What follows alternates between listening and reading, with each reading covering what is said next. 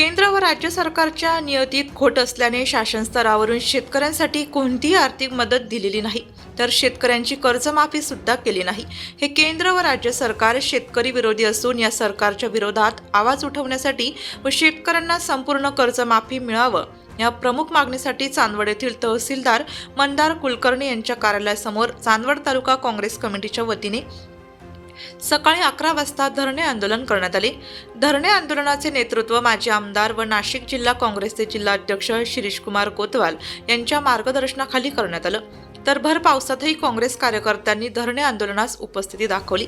यावेळी तालुका अध्यक्ष संजय जाधव, कार्याध्यक्ष समाधान जामदार, शिवाजी कासव, राहुल कोतवाल, नंदकुमार भागवत कोतवाल, उत्तमराव ठोंबरे आदींसह असंख्य काँग्रेस कार्यकर्ते उपस्थित होते।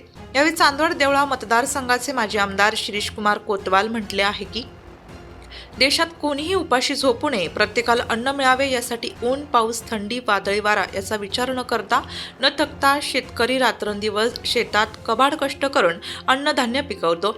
भारतीय समाज व्यवस्थेतील शेतकरी हा अत्यंत महत्त्वाचा घटक आहे। आपल्या शेतातील बहुतांश उद्योगधंदे, पशुधन आणि मानवी जीवन हे शेतीवर अवलंबून आहे।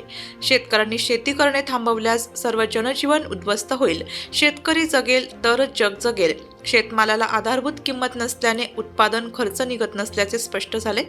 सरकारच्या चुकीच्या धोरणामुळे शेतकऱ्यांना आर्थिक फटका सहन करावा लागतो आहे।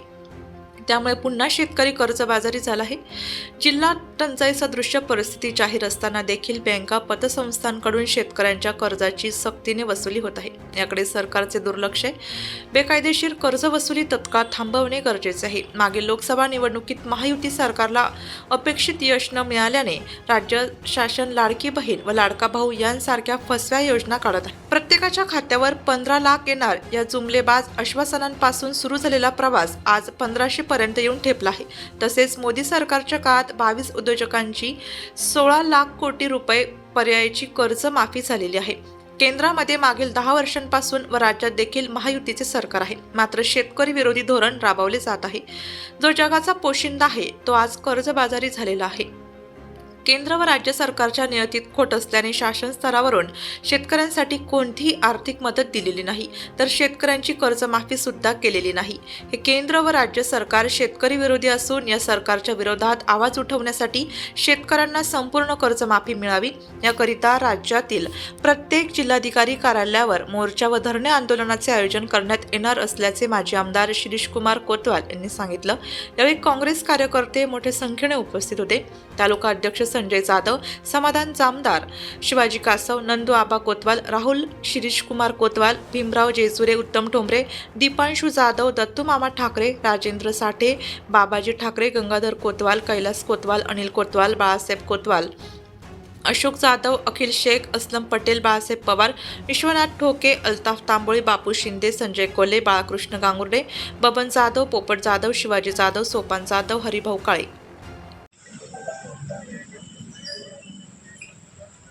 आपल्या कदाचित लक्षात असेल, उद्धवजी ठाकरे ज्या वेळेला या राज्याचे मुख्यमंत्री होते, काँग्रेस, राष्ट्रवादी काँग्रेस आणि शिवसेना सरकार होतं, त्यावेळेला 2 लाख रुपयापर्यंतचं कर्ज शेतकऱ्यांचं माफ झालं। आणि त्याच दरम्यान कोविड आला आणि त्यावेळेला मुख्यमंत्र्यांनी सांगितलं होतं की कोविड जाऊ द्या, 2 लाखाच्या वरच्या शेतकऱ्यांचं आम्ही कर्ज माफ करतो। आणि ज्यावेळेला मुख्यमंत्री पायउतार झाले त्यावेळेला देखील त्यांनी घोषणा केली होती की जे रेग्युलर कर्ज भरणारे त्यांना आम्ही 50-50 हजार रुपये देऊ। आज जवळजवळ 2 वर्ष पूर्ण होऊन गेले आणि एकनाथ शिंदे ज्यावेळेला मुख्यमंत्री झाले तेव्हा देखील त्यांनी सांगितलं होतं की आम्ही देखील रेग्युलर कर्ज भरणाऱ्या शेतकऱ्याला 50 हजार रुपये आम्ही देणार आहोत। निवडणूक तोंडावर आली, सगळ्यांना खिरापत वाटतंय, परंतु शेतकऱ्यांच्या पदरात मात्र काही पडत नाही।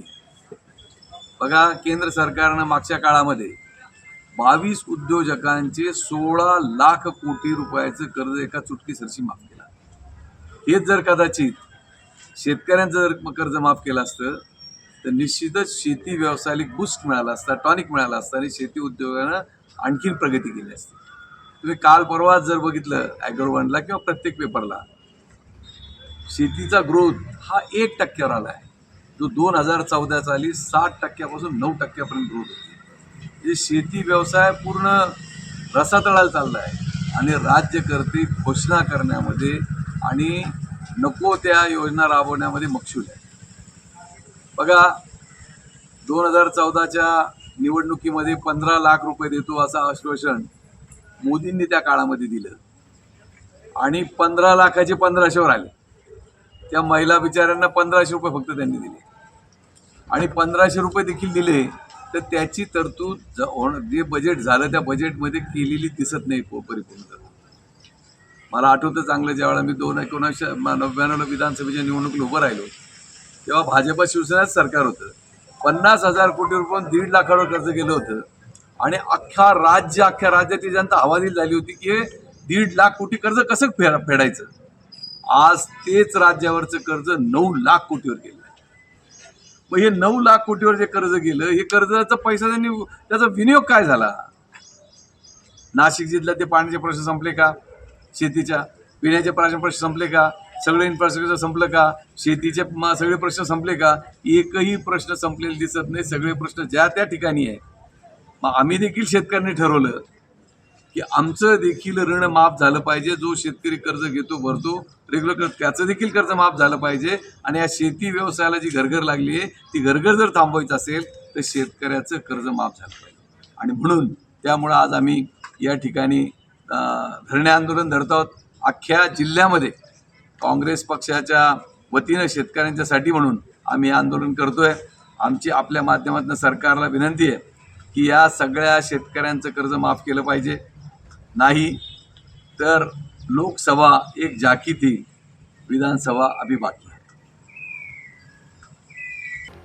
नाशिक लोकशाही न्यूजसाठी देविदास जाधव, चांदवड.